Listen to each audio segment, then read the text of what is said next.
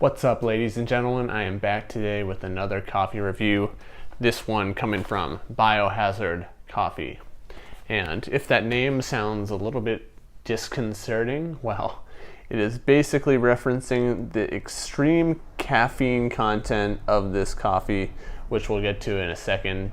But first things first, I did not pay for this coffee. In fact, this is a sponsored coffee review, which you can learn more about at the link below. Does not mean that this coffee will necessarily be reviewed favorably, but I will not bore you with those details. You can read more about that below, as I already said.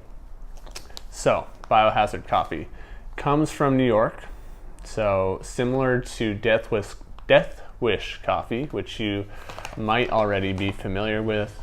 Back in 2016, I believe they had won a Super Bowl ad, so a lot of people got exposed to them at that point in time, and they have had plenty of competitors come around, and this is one of them, and it is definitely highly caffeinated. They also make the same claim, they being Biohazard Coffee, that this is the world's strongest coffee. It is lab tested, and I don't know how many other coffees it was tested against, or even if it was tested against Death Wish.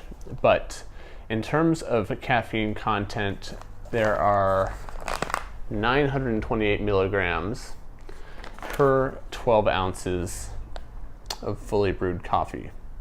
So here on the bag it says this contains 4 times the caffeine of coffee your barista normally serves you. And then they say this caffeine content may result in overproductivity, all-nighters, and the occasional feeling of invincibility.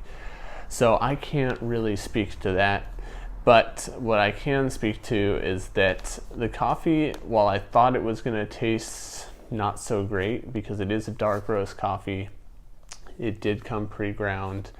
Basically, that is the antithesis to everything that I typically review here on my channel, but the fact is it didn't taste too bad. In fact, I enjoyed it, just like Death Wish coffee, which I initially, when I smelled the Death Wish coffee, I thought, man, this smells kind of rubbery and gross. It was kind of that really strong aroma of those Robusta beans.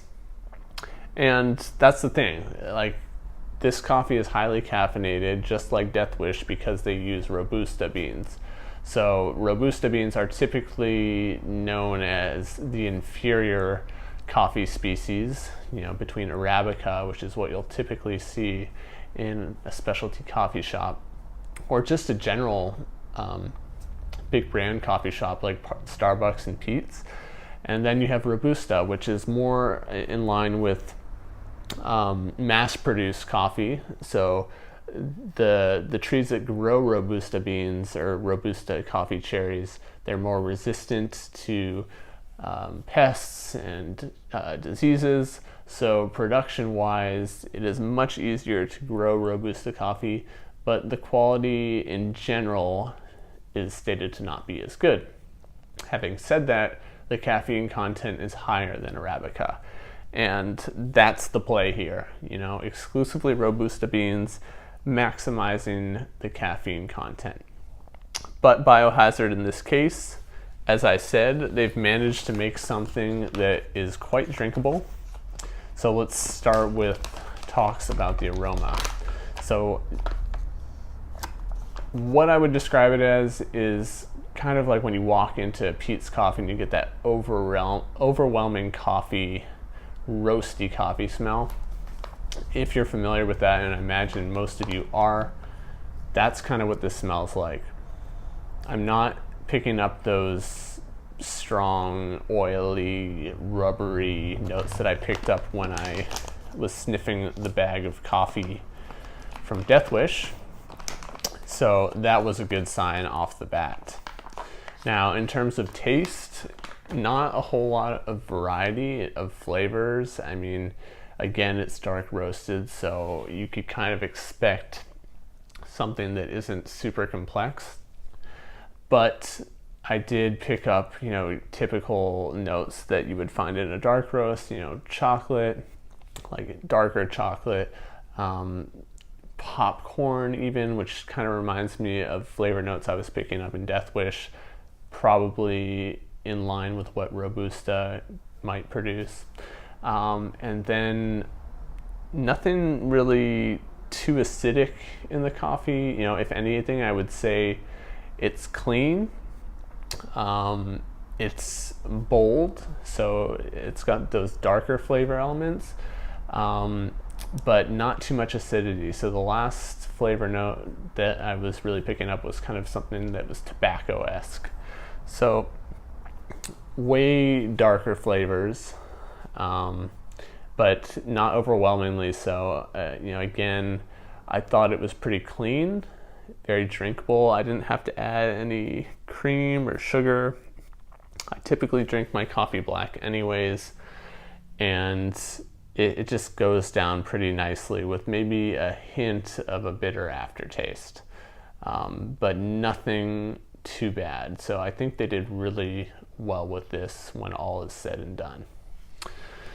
So in terms of how I feel, now everybody's going to be different. If you already have a high caffeine tolerance and drink a lot of coffee or drink a lot of energy drinks, this might not hit you as hard. So I would probably start with 1 cup at a time, maybe even 6 ounces of this stuff, because 12 ounces, 928 milligrams, that's a lot of caffeine.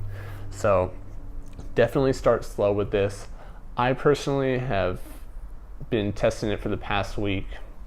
I've had multiple cups a day, and I was actually woken up in the middle of the night last night by a cop ringing our doorbell at 4:45 in the morning. Fortunately, nothing too bad happened, but I used this coffee to basically fuel me throughout the day. I eventually crashed at around 5 or 6 in the afternoon, but I felt pretty focused and productive throughout the day despite that rude awakening. And I think a lot of it had to do with this. So no jittery after effects so far, and maybe because I've been pacing myself nicely, or just my tolerance has been built up over time. But it does the trick. It's got the caffeine, there's no questioning that. But you do want to, of course, be careful. Don't overdo it. Take it slow. So overall, I think I would recommend this for somebody that is really concerned with caffeine content and really wants something that maximizes that. If you enjoy having a cup of coffee over an energy drink and don't want to be paying too much, in terms of value, this goes for about 20 bucks for this. Let's see, this is a 16 ounce bag here. So that is kind of, I don't know, it's not atypical. It's not cheap, but in terms of value, you're going to get a lot of caffeine for your buck, way more so than you would get out of a bag of Arabica or even your standard energy drink. So I would recommend this definitely for somebody that is looking for that high caffeine content. If, however, you're looking primarily for flavor and caffeine content second, then I wouldn't recommend Biohazard Coffee. In fact, I wouldn't recommend any of these types of coffees where the unique selling proposition is that they have a lot of caffeine, because taste is secondary with this. Although I will say that this is the better version of those intensely caffeinated coffees that I've tried. Granted, my sample size is small, so take that as you will.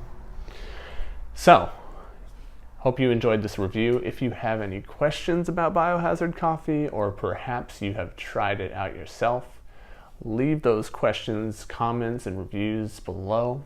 And you can also go directly to the full written review, which is linked in the description. and leave a more thorough review there. You know, talk about what you rated the acidity, the body, the complexity. You can break it down very specifically if you'd like. So thanks again, and I'll talk to you guys soon. Talk at you guys soon. Peace.